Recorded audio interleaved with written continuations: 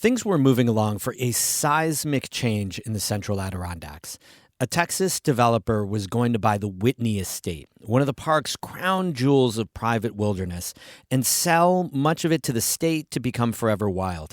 And the tiny town of Long Lake was going to inherit the $125 million sale price. Then it all fell apart. We sort through why on today's Story of the Day. Support for Story of the Day comes from Long Run Wealth, an SEC-registered investment advisor in Lake Placid, providing comprehensive wealth management, retirement, and financial planning solutions. LongRunWealth.com. And the Devlin Inn and Suites, Lake Placid, welcoming families, athletes, and groups to the Olympic Village, offering Adirondack mountain views and dog-friendly accommodations. TheDevlinNY.com. Hey, I'm David Sommerstein. It's Wednesday, November 19th. First up, we got the news yesterday that Bare Hill in Malone is closing this spring. It's the fifth state prison to close in the North Country in as many years. So it's worth staying with the story today to hear how local officials and inmate advocates are thinking about it. Here's Kara Chapman. The State Department of Corrections and Community Supervision announced Tuesday morning that Bare Hill Correctional Facility will close in March. Doc said the prison was chosen after a, quote, thorough review of operations at its 42 correctional facilities. Democrat Michael Cashman of Plattsburgh was sworn in as assemblyman for the district that covers Franklin County last week. He says the closure is wrong for workers, their families, and the North Country. These are dedicated men and women who have served the state. Now, through no fault of their own, their careers are being threatened, their families destabilized, and our local economy placed at severe risk. The consequences will ripple throughout the region's economy. Republican State Senator Dan Steck of Queensbury said in a statement that he was disappointed by the announcement. He said his primary focus is ensuring all Bare Hills employees, quote, remain working and living in Malone and Franklin County. All 293 staff employed at Bare Hill will be offered jobs at other state prisons. According to docs, there are more than 650 vacant positions at nearby facilities in Franklin, Clinton, and Essex counties. Those include Franklin and Upstate Correctional, both of which neighbor Bare Hill and Malone. Bare Hill is closing under authority granted to Governor Kathy Hochul in this year's state budget to shutter up to 3 prisons with 90 days' notice. John Roberts is a vice president with NYSCOPA, the union that represents COs. He says Bare Hill staff are now shifting from the anxiety of not knowing whether their facility was on the chopping block to the stress of working short-staffed with uncertain futures. Sometimes I feel like we're political pawns across the state, and the North Country keeps getting prison closures. I feel like we're having these conversations yearly now, and that's upsetting because the prison population has went up. NYSCOPA says the state's inmate population has increased by about 7% since January 2023, though according to docs, it's declined by more than half since the all-time high reached in 1999. That's reflected in Bare Hill's inmate population. There are currently a little more than 700 people incarcerated there, which docs says is less than half of the facility's capacity. Now all those men will have to be moved to other prisons.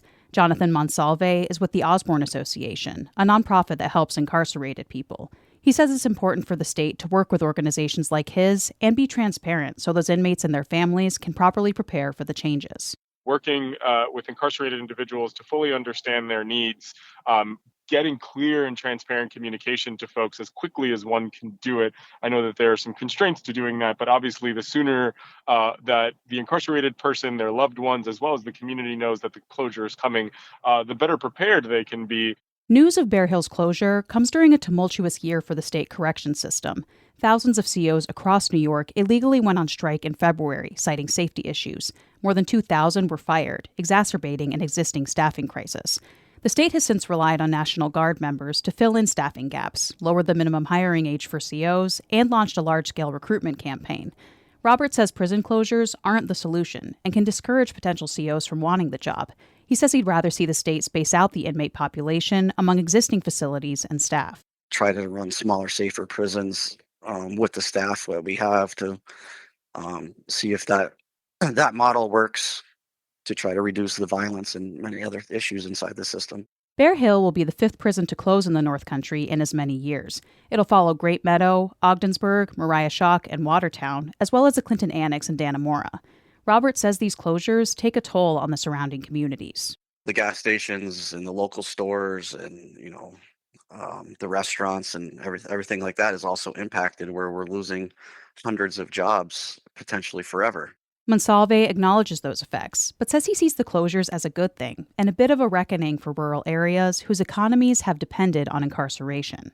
We've built these prisons a long time ago. We don't need them in the same way that we used to. And I think we're starting to think about different and innovative approaches to, rather than incarcerating a human being, how can we support them differently? How can we work with them differently? Bare Hill is scheduled to shutter on March 11th. Doc says its closure, quote, will help ensure the safe and efficient operation of the system, utilizing staff more effectively while operating programs in a safe manner.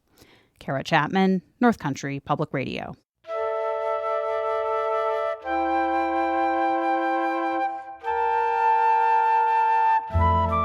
A massive wilderness estate in the central Adirondacks is back on the market. The 36,000-acre Whitney Estate near Long Lake was set to be sold to a Texas developer who then planned to resell most of it to New York State. But that deal fell through last week due to a deed restriction put in place by the late owner, John Hendrickson.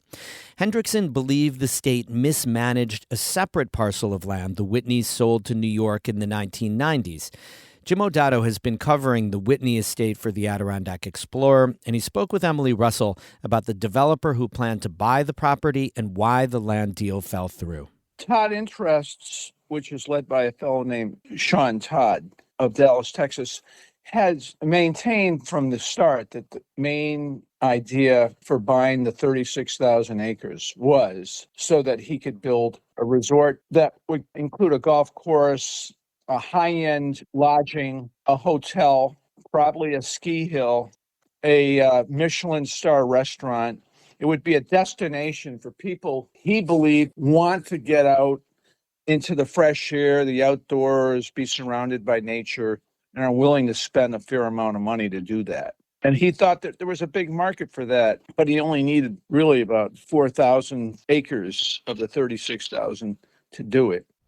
Right. So a month ago, you learned that Governor Kathy Hochul was in talks with Sean Todd about buying the remainder of the property, about 32,000 acres, to preserve it.